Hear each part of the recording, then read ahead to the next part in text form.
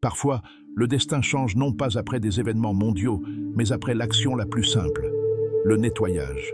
Pas un voyage en Inde, pas un cours coûteux ou un marathon, mais ce matin-là même où vous avez pris une serpillière et lavé le sol. Cela peut paraître étrange, mais c'est souvent dans la simplicité que se cache le véritable pouvoir. Parce que le nettoyage n'est pas seulement une question d'ordre extérieur. Il s'agit d'un acte qui reflète l'état intérieur d'une personne.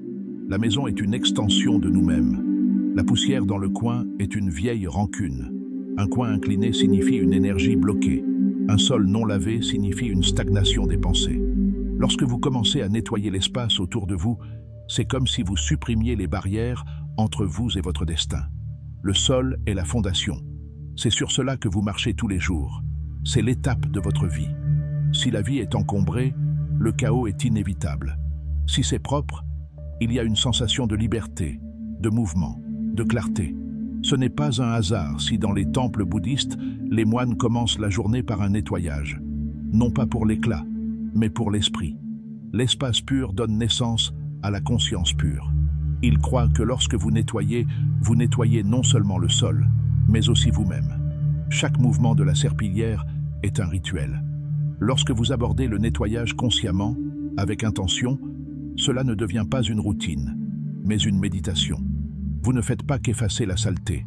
Vous vous libérez de la fatigue, de l'anxiété, de la déception. Vous recommencez littéralement votre vie.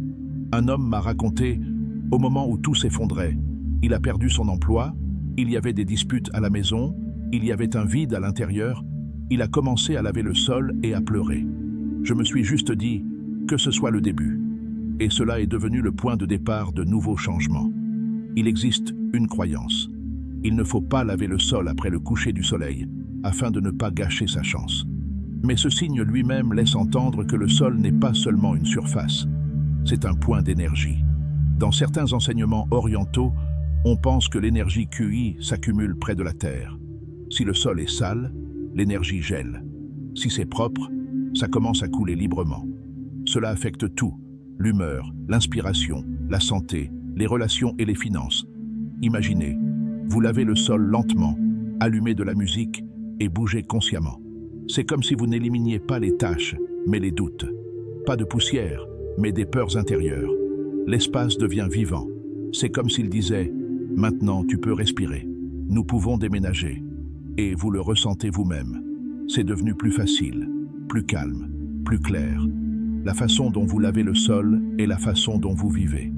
Rapidement, avec irritation, juste pour en finir, ou avec attention, avec intention, avec respect de vous-même et de votre espace. Le même processus peut soit vous priver de votre énergie, soit vous la restituer des dizaines de fois plus. Beaucoup de gens le remarquent. Dès qu'ils lavent le sol, l'appel, l'idée, la solution tant attendue arrive. Ce n'est pas de la magie, c'est le mouvement de l'énergie. Lorsque vous vous trouvez dans un espace sale et chaotique, vos désirs ne peuvent pas venir. Ils n'ont tout simplement nulle part où entrer. Et un sol propre est comme une invitation au destin. Le sol est comme un miroir. Les déchets ont-ils commencé à s'accumuler? Cela signifie que quelque part dans la vie, il y a une stagnation. L'énergie se fige. Vous ne parvenez pas à démarrer une nouvelle entreprise, une nouvelle relation, un nouveau projet? Peut-être que la raison n'est pas la peur, mais plutôt le fait que l'espace est gelé. La première étape du changement n'est pas le coaching ou un plan, mais le nettoyage. Commencez par le sol, et vous êtes déjà en mouvement. Vous ne faites pas que nettoyer. Vous effacez les traces du passé, laissant place au futur. Rappelez-vous comment votre grand-mère lavait les sols en disant « La propreté apporte le bonheur ». Elle ne connaissait pas l'ésotérisme, mais elle sentait qu'une maison propre est un pont entre l'intérieur et l'extérieur.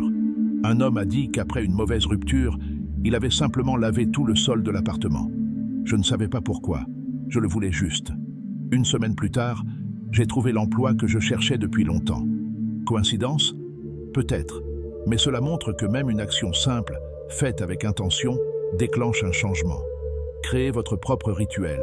Allumez la musique, faites un vœu, déplacez-vous en cercle. Clôturez l'intention. L'essentiel n'est pas d'en faire une punition. Faites du nettoyage un moment pour vous, comme la méditation, comme une prière. C'est comme se rencontrer soi-même. Si vous êtes fatigué, si rien ne vous apporte de joie, si,